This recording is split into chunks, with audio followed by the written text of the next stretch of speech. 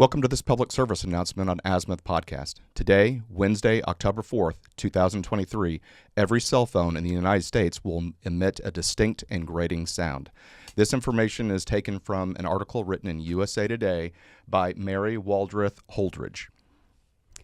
This noise, we know it all too well. An emergency notification from the Federal Emergency Management Agency, or FEMA as we call it, is a test of the National Wireless Emergency Alert System, which is meant to alert every TV, radio, and cell phone in the country in the event of a national crisis. For many, the disturbance will be nothing more than a real annoyance. But for survivors of domestic abuse and those in risky situations, the safety test could lead to real danger. That's right. And what we're asking you to do is to like, comment, and share this video to a wide as audience as you possibly can. Don't worry about subscribing. That's not what this video is about. The test alert is set to blast out on Wednesday, October 4th, today, at 2:20 p.m. Eastern Daylight Time, 1:20 p.m. Central Daylight Time, 12:20 p.m. Mountain Daylight Time, and 11:20 a.m. Pacific Daylight Time, and will last about a minute, similar to an Amber Alert or a weather alert. It will only be sent once, and cell phones will also get a vibration and a text message.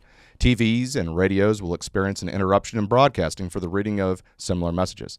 These messages will clarify that the notice is simply a test, the first of its scale since 2018.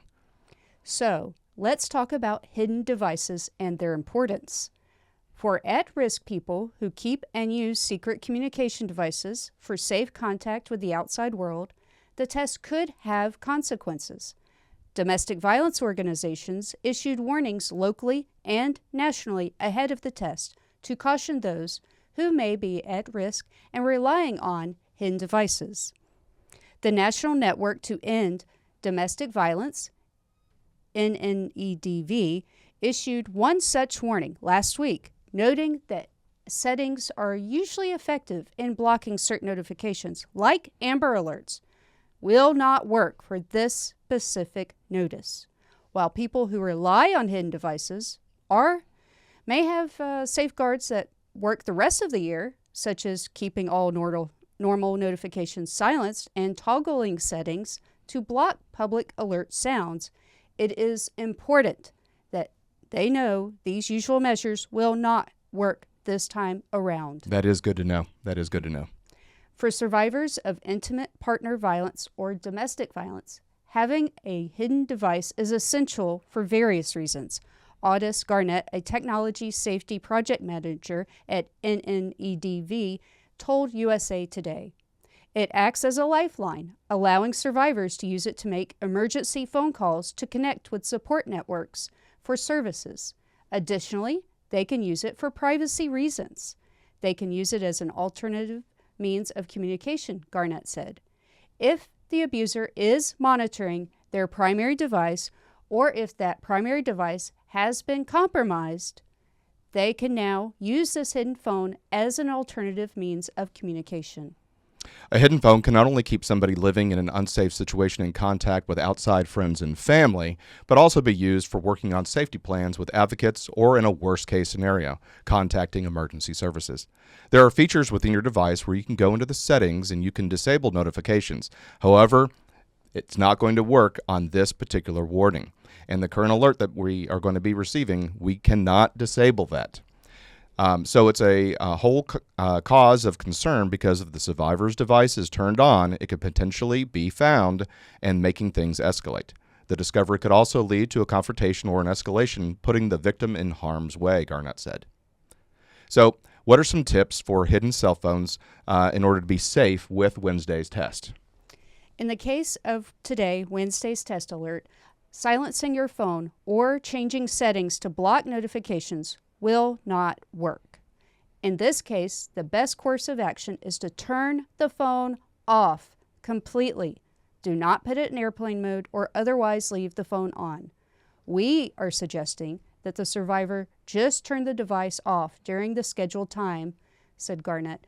Just keep the device turned off. If you do not have any phone calls that you are going to schedule, do it another time. Do not take the risk by having your device on. While this tip will lower the risk of discovery during this specific event, there are steps to protect hidden devices year-round, according to the article. First, go into your phone settings and opt out of certain national notifications such as Amber Alerts and weather warnings. For Android phones, go to Notifications, then Advanced Settings, and then Wireless Emergency Alerts. iPhones have a government alert at the bottom of Notifications. You can also turn on or off the alerts with a keypad. Keypad call if you're using iOS 15.3 or earlier. Likewise, it's important that hidden devices not be in any way connected to primary devices that an abuser already knows about. This means no adding to the separate phone to the cloud, sharing contacts, or signing onto online services with your ID. Securing access to accounts such as email, setting up two-factor authentication, and using a VPN to hide your location can also be used as a year-round tactic to make sure you want to keep private stays private. InDev also has established a guide with internet security company Norton that offers us step-by-step instructions on keeping hidden accounts and devices secure. For those at risk, it is important to remember there is help available. They are not alone, and what they're going through is not their fault, said Garnett. The National Domestic Violence Hotline operates 24/7, and over 200 languages are spoken on there. If you are a victim of domestic violence, the National Domestic Violence Hotline at 800-799-7233 allows you to speak confidentially with trained advocates online or by the phone, which they recommend for those who think their online activity is being monitored by their abuser. They can help survivors develop a plan to achieve safety for themselves and their children. Again, please like, comment, and share this video to as wide an audience as you can. Do not worry about subscribing. This is not what this video is about. Be safe.